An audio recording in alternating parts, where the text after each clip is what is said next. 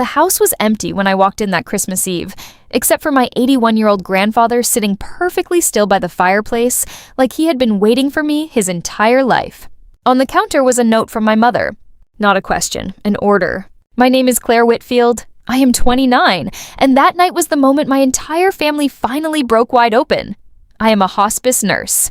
I spend my days sitting with people in their final hours, holding hands nobody else will hold. My own family never saw that as real work. My brother Tyler was the golden child, the corporate lawyer, the one every holiday somehow revolved around.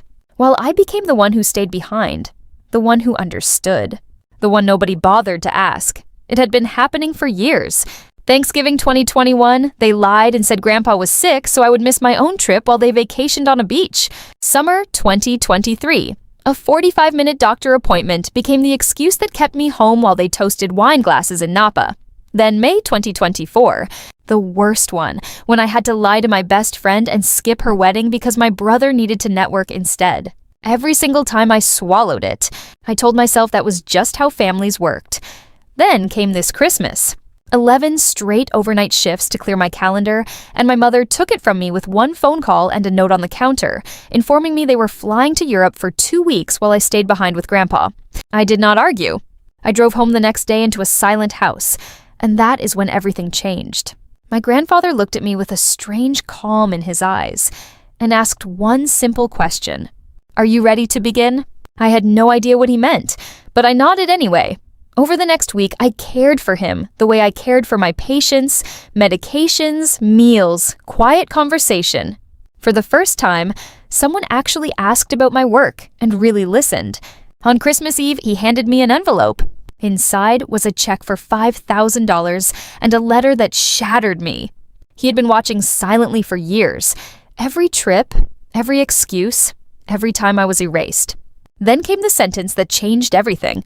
He was not a poor man. Behind the flannel shirts in the old car was a fortune worth over $20 million, and he intended to leave nearly all of it to me. 2 days later, my family walked back from their $32,000 European vacation with no idea what was waiting. The next morning, his attorney arrived with a briefcase full of folders. My father assumed it was a routine update.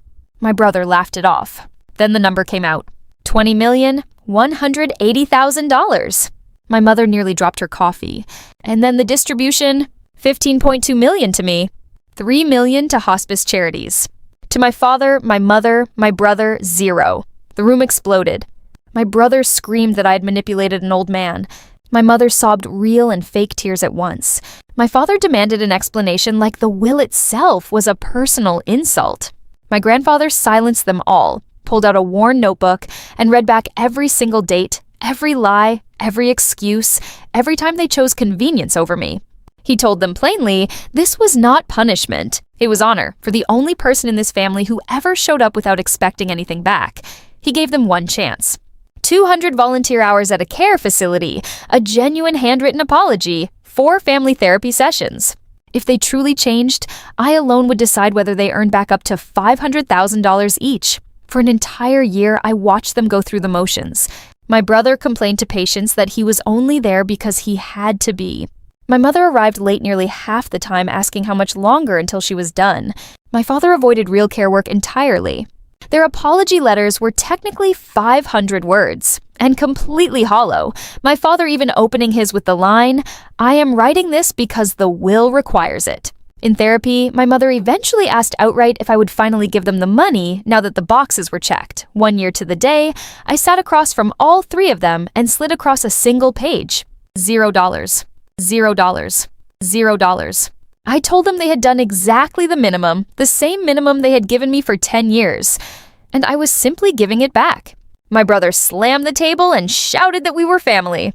I stood, looked at each of them, and told them quietly that they shared my blood, but they had never truly been my family.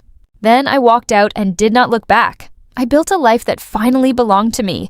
A small condo bought in cash, a man named Daniel who loved me long before he knew about any inheritance, and Sunday visits with the one person who had always truly seen me. Sitting with my grandfather that summer, he took my hand and asked if I was happy. This time I did not hesitate. Yes, I told him. He smiled and said he finally saw someone who had learned to choose herself, and that was the hardest thing anyone could ever do. Looking back, it was never about $20 million. It was about finally being seen after a decade of being invisible in my own family. I did not lose them that Christmas. I finally found myself.